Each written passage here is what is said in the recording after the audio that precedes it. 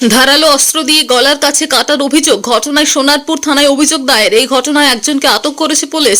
সোনারপুর 2 নম্বর গ্রাম পঞ্চায়েত এলাকার পূর্ব শীতলার বাসিন্দা দেবাশিস বিশ্বাস 2009 সাল থেকে প্রাইমারিতে যোগ্যদের চাকরির দাবিতে আন্দোলন করছেন।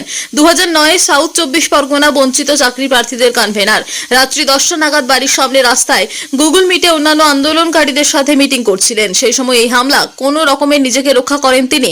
খবর পেয়ে ঘটনাস্থলে আসে সোনারপুর থানার পুলিশ। ঘটনা ঘটেছিল আপনার? দেখুন, কালকে আমি বাড়ির বাইরে দাঁড়িয়েছিলাম। আমাদের হচ্ছে ফোন কনফারেন্সে ছিলাম। আর যেহেতু আমাদের মামলা আছে 10 তারিখে, সেটা কটা শুনি? 10:30 থেকে 11টার মধ্যে। এই মুহূর্তে আমি যখন কথা বলছি, পিছন থেকে হঠাৎ করে অ্যাটাক করে এবং প্রথমে এসে একটা মেরে দেয়। আমি ঠেকানোর চেষ্টা করি, তারপরে দ্বিতীয়বার যখন মারতে আসে আমি হাত দিয়ে ছিটকে ফেলে দিই। তারপরে দেখি গলা থেকে রক্ত বেরোচ্ছে। এবারে তারপরে আমি আমাদের বন্ধুদের সঙ্গে সঙ্গে ডাকতে লাইট ফাইট মেরে এসে যখন দেখে যে হ্যাঁ সত্যি গলায় পড়েছে, ও দৌড়ে পালায়। তারপরে ঘন্টাখানিক পরে আবার পুলিশ এসে ওকে অ্যারেস্ট করে সোনারপুর থানায় নিয়ে যায়। কে? আমি ঠিক জানি না, আমি তাকে চিনিও না, তাকে জানিও না।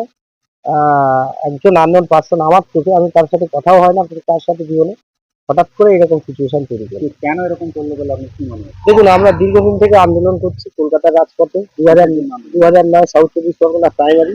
তো আমরা এটা মনে করছি যে এটা একটা আতঙ্ক, যে অবশ্যই আমার উপরে অ্যাটাক হয়েছে। এর আগেও অ্যাটাক হয়েছিল একবার, কোর্টের সামনে একবার অ্যাটাক হয়েছিল, সেক্ষেত্রে থানাতেও জানানো আছে। আজও আমরা কমপ্লেন দিতে যাচ্ছি। কেন মানে আপনার উপরে অ্যাটাক কেন? সেটা তো আমি বলতে পারছি না কেন করছে। আমরা সত্যি কথা বলছি বা আমরা এই প্যানেল নিয়ে লড়াই করছি, কোর্টে দুর্নীতি প্রমাণিত হচ্ছে, হয়তো সে কারণে আমাদের সন্দেহ হচ্ছে। কারা করতে পারে? এটা এখন পর্যন্ত আমি কোনো আন্দাজ করতে পারছি না। কারা করছে, কেন করছে, কি কারণে করছে, সম্পূর্ণ অজ্ঞাত। কি চাইছেন আপনি? আমি চাইছি এই ধরনের ঘটনা ঘটবে কেন? আজকে আমার ক্ষেত্রে ঘটেছে, একটা আননোন পার্সনের ক্ষেত্রে হতে পারতো। রাস্তা দিয়ে ছেলে মেয়ে চলবে কি করে, সেটাও তো হতে পারতো।